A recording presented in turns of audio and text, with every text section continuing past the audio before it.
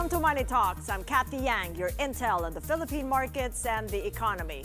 In the headlines, former Philippine President Rodrigo Duterte asks the International Criminal Court for interim release to an undisclosed country.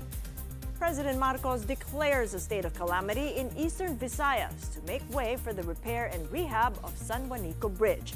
We check in on Eugene Tan, President of the Philippine Chamber of Commerce and Industry, Tacloban, Leyte. And in India, at least 241 people are killed in a plane crash in the city of Ahmedabad.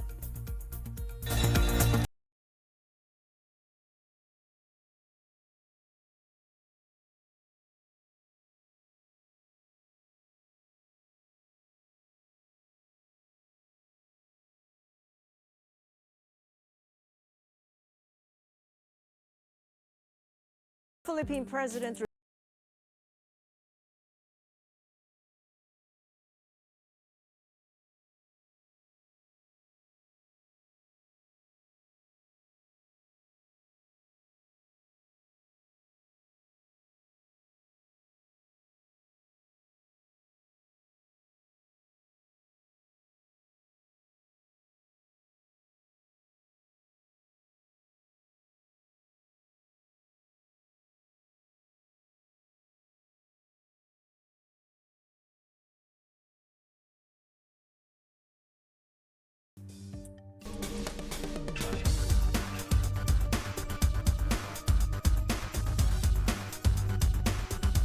Get a quick check on the Philippine markets as trading resumes this Friday. The Philippine peso opens today slightly stronger at 55.80 to the dollar.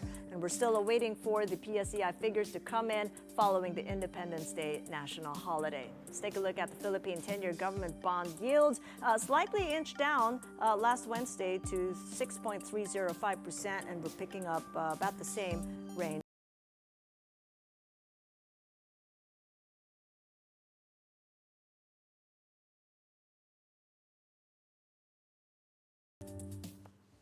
Happy Friday, Cathy. Thank you for having me. Right. You know, a lot has gone on over the past 72 hours or so between the Senate and the House of Representatives. How have all these impacted market sentiment, if at all? Well, I think so far the impact is quite minimal. Everyone is just watching right now because I think in the big picture, really, how does it affect the profitability and growth of the companies? I would think that's very minimal. Second, I think it's really the ability of the administration to push through with their projects as well. So I think really the impact we see, it's not really affecting the market so far. I think people, even when this was ongoing, they considered all possible scenarios, and that's why I think probably what they're seeing right now, it's still within the realm of the possible, the possible what is paths. I think that they can choose. Well, what would be a scenario that would concern the markets and probably make people sell? Well, again, I'm not a political analyst, but I think if there is probably some civil unrest, I think that makes businessmen very wary. So probably those are the things uh, that can really make investors be on the sidelines, I think. But I think right now they're just being bystanders at this moment, and I think they're just focusing on other bigger pictures that are influencing the impact of the market. Yeah, such as the U.S. markets, Philippine markets playing catch up with the U.S. inflation data showing a continued downtrend. What's the likelihood of a rate cut from the Fed? And what sort of an impact do you think that will have on the guidance on policy rates by the Bangko Sentral on June 19th?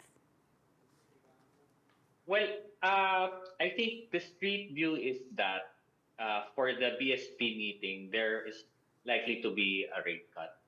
Whereas the Fed, I think, is likely to keep rates. In fact, I was reading by some reports, the most notable one I saw from Goldman Sachs is that the Fed might even pause cutting rates until the end of the year. And even if they do so, it's likely that they may cut rates every other month. Whereas the BSP, I think they have room.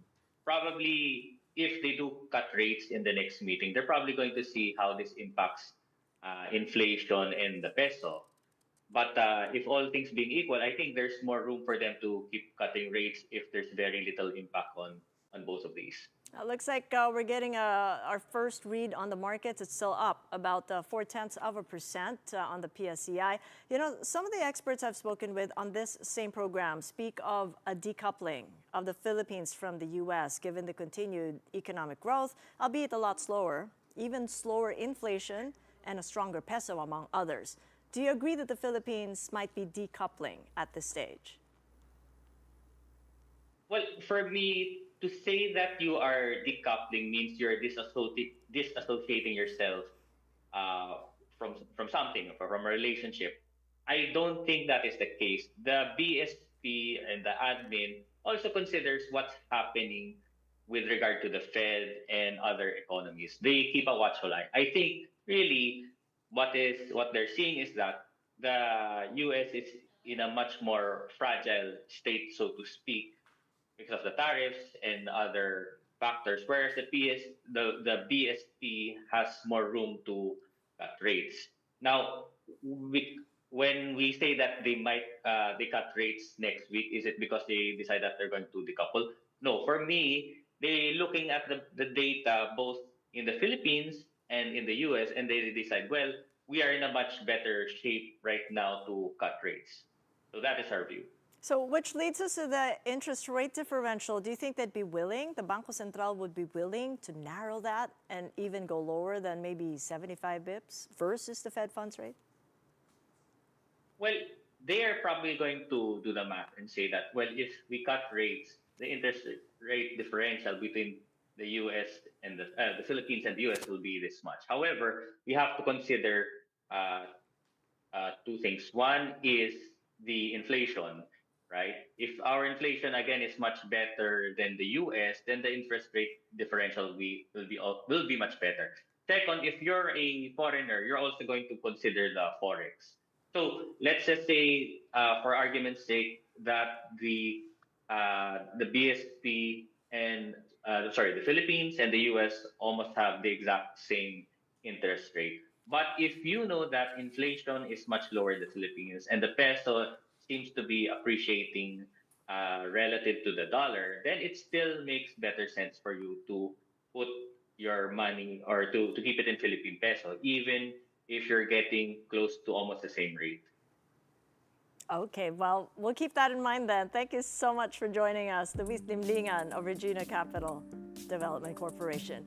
You're watching Money Talks. Coming right up, Eastern Visayas placed under a state of calamity as San Juanico Bridge undergoes repair. We speak with Eugene Tan, PCCI Tacloban Leyte, on business sentiments in the region. And in India, at least 241 are confirmed dead in a plane crash. We have news from around the globe later in the show. Keep it here on One News.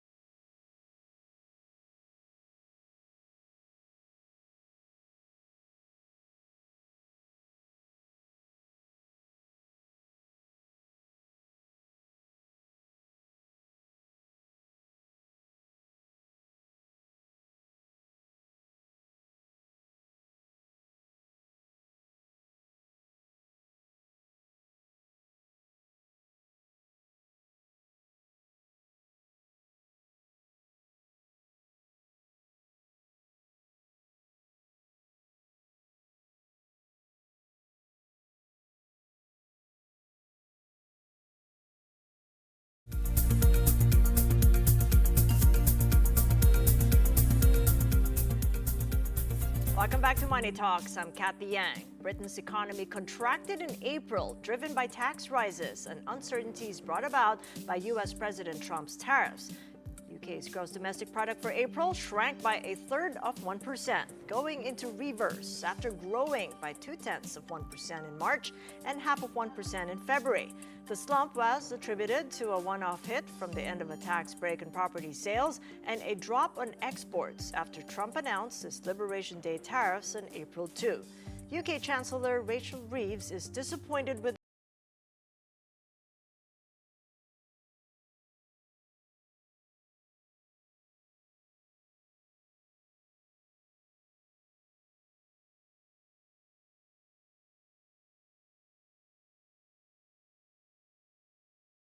from the previous estimate of zero.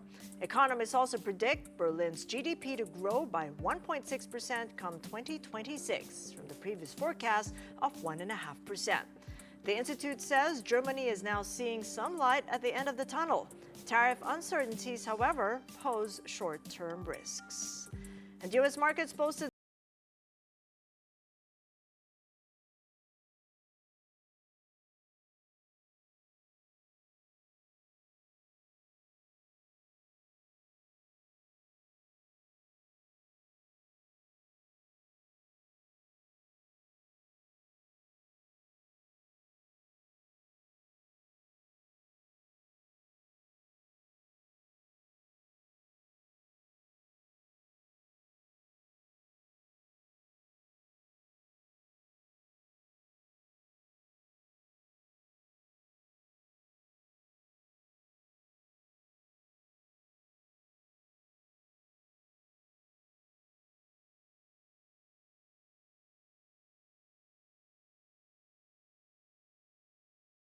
Iran attack later on in the program.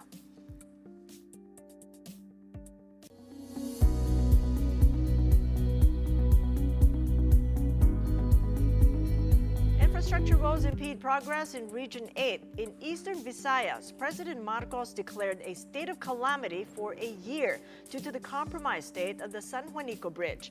The bridge serves as the only permanent land link between the islands of Samar and Leyte, a key component of the Pan-Philippine Highway connecting Luzon, Visayas, and Mindanao. Marcos on June 10th visited San Juanico Bridge and operations at the Amandayehan Port in Basay, Samar. With us now for more is Eugene Tan, the president of the Philippine Chamber of Commerce and Industry, Tacloban, Leyte. Maayong buntag, Eugene. Welcome to the program. Maayong buntag, maupay nga aga haton nga tanan. Happy Friday. Happy Friday indeed. How are things in Samar and Leyte, Eugene? It's been nearly a month since the DPWH imposed the 3-ton load limit on the vehicles crossing the San Juanico Bridge. Yeah, you're right, Cathy. That's actually since the closure is about May 16, so it's barely a month. It's really affecting. But good to hear that since last Friday they started the RORO operations. The private sector actually has been calling the government agencies to fast track everything that for the economy to keep on going, because we know for a fact that the San Juanico Bridge is not just an infrastructure for tourism, but it is an economic artery of the entire region, even connecting the Mindanao and the Luzon area. So True. it really plays an important role for us. It is indeed an economic artery when you talk about connecting the economic center of Tacloban with the 3 provinces in Samar alone, because that has a huge economic impact.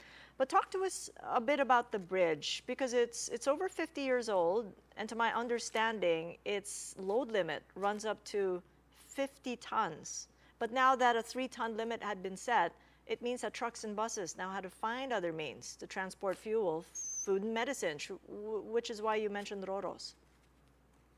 That's right.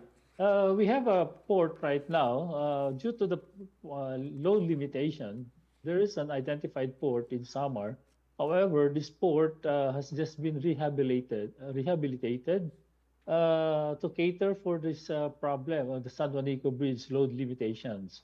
So that's why it was just up and running last Friday. DPWH made all the repairs for this 24 hours. So, however, there is also a limitation for this port to cater the ro-ro of vessels. It can only cater one at a time, so they cannot dock 2 to 3 vessels at one time. That's why making it only about 6 trips in a day for the ro-ro vessels to have it their trips in one day from Tacloban, go to Amandayan in Samar, Basay Samar, and then back to Tacloban from Basay Samar. So really, it's a problem right now because the 6 trips sometimes goes out to 4 trips only in a day. So there are really some. That's why we've been calling also government agencies to come up with efficiency in terms of operation. So at least right now we're giving them the probably the chance to come up with a good system to be able to adapt and to be efficient enough because there's only a day trip right now for the ro-ro vessels due to uh, absence of the night navigational, which I think the good DOTR secretary has announced during those meetings that they will fast track the procurement of those navigational equipment so that in 1 to 2 weeks' time, we can have a 24 hours operation for the port of Samar and Tacloban. Right, those are really compelling pictures. The ones that we're seeing provided by the PCCI, having to run through that bridge with a load limit and having the same kind of limitations you just talked about in putting up barges and going the way of Roro. This disruption has really been a big burden to the people and the communities there. How are locals carrying on? Because if there is a disruption in supply, presumably consumer prices would go up. Definitely, especially in the case of Samar. As early as 2 weeks after the declaration, the number one that's evident enough for the increase in prices are the fuels. We have some counterparts in Eastern Samar from the chamber. They told us that there was a 2 pesos increase for the fuel, aside from the increase in the transportation cost.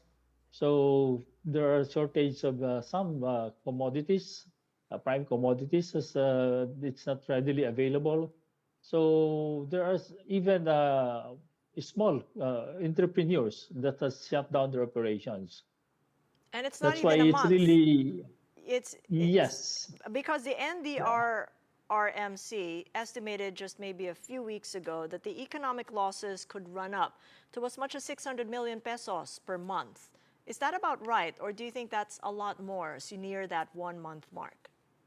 It's a lot more actually for us in the chamber. It's a lot more considering that there are 1,400 trucks that's passing through the San Juanico Bridge, except for the small vehicles.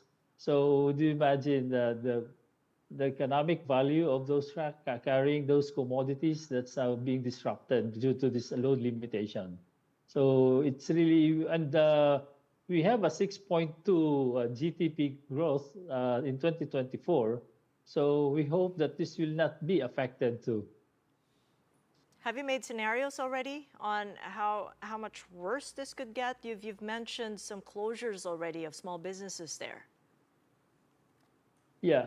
Part of the PCCI economic mitigation measures that we submitted to the National Economic or the DepDev is to come up with an impact study from the PSA. And actually, part of those recommendations is to come up with the declaration of the state of calamity for Region 8, which we really appreciate that the president has just declared the few days ago. That's true. He did declare a state of calamity, not only for a certain period, but for a year until everything 1 gets year. resolved for all of Eastern Samar. So how do you foresee this impacting the repair and the rehab of San Juanico Bridge then? Well, based on the meeting of the Regional Development Council last Tuesday, we were told by DPWH probably if they will be able to source out the fund of 1 billion, they can come up with a 5 months repair period. So hopefully, this can a dream come true for us. No, if it will be able to operate in 5 months to 6 months time, because according to the DPWH, it can if once it is repaired, they can come up with a 30 tons load for this bridge again. And picking up on what you said, it's a time, perfect time for the LGUs there to show what they've got to help and pull together, and that the PCCI Tacloban Leyte itself is calling for the comprehensive regional infrastructure strategy. So what is this about, and how do you intend for this to help the kind of mitigation that's going on right now, and look at it from a bigger picture so that this doesn't happen again? Well, probably agencies should have come up with in Eastern Visayas of a forward-looking and integrations of plan of government infrastructures, ensuring probably redundancy in certain projects be implemented by the government. And of course, we have to consider resilience and the inclusive growth of the region. That's a very important for us because we have to come up with an probably the whole of region approach. And it's lessons to be learned there, and also looking forward to what can be done at this stage. Well, thank you so much for the insights, Eugene. Daghang salamat. Eugene Tan of Thank you very PCCI much. Tacloban Leyte. We have world news coming up. A lone passenger survives a crash that killed at least 241 in India. Keep it here on One News.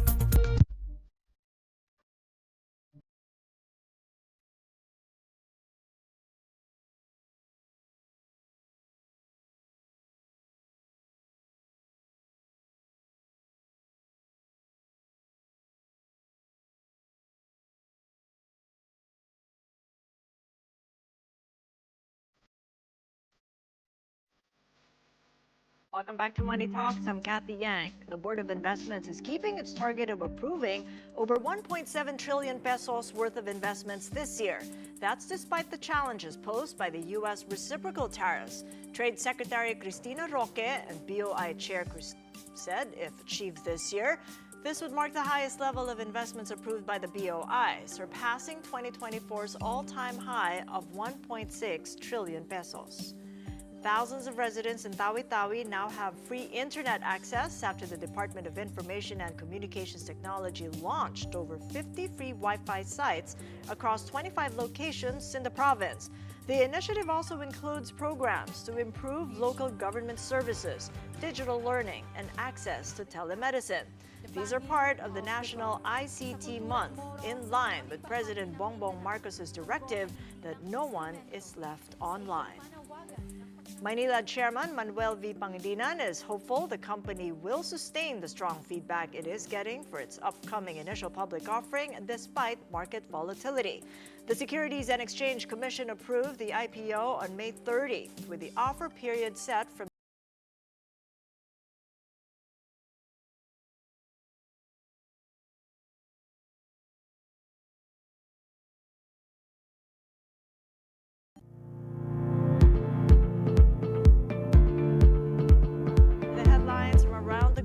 in India, an Air India flight bound for London has crashed at the dining hall of a local medical school, killing at least 240 people.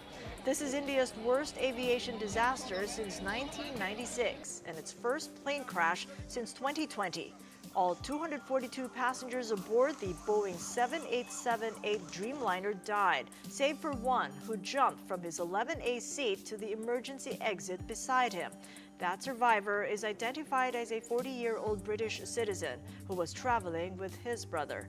The plane took off from the airport in the city of Ahmedabad at 1:39 p.m. Minutes later, it made a mayday call. The jet appeared to have skidded along the ground, crashing into the BJ Medical College before bursting into flames. At least 5 students were confirmed killed in the crash, according to the dean, as the plane hit a dining hall where about 80 students were eating lunch. Indian Prime Minister Narendra Modi said the crash was, quote, heartbreaking beyond words. The U.S. and the U.K. are prepared to send investigators to India, while President Marcos expressed condolences to the victims. Boeing shares fell 5% as the plane maker looks to rebuild trust following a series of safety and production issues. Over in Iran, just moments ago, the capital Tehran rocked by explosions as Israel launches preemptive strikes. One Israeli military official told reporters the strikes are targeting Iran's nuclear program and the Iranian regime's long-range missile capabilities. In a recorded message, Israeli Prime Minister Benjamin Netanyahu said Israel's operation, dubbed as Rising Lion, was caused by Iran's steps to weaponize enriched uranium and will go on for days. The attack comes as the U.S. is negotiating a new deal with Iran to limit the latter's ability to produce nuclear weapons. Israel, however, has long proposed using military force to attain this goal.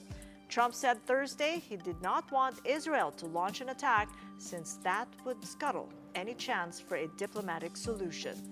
U.S. State Secretary Marco Rubio said the U.S. has no involvement in the strikes. That is it for Money Talks. I'm Cathy Yang. Catch us again on Monday, 9:30 a.m. here on One News. We're also streamed live on YouTube and on our Facebook channels. Have a great day and a happy weekend ahead.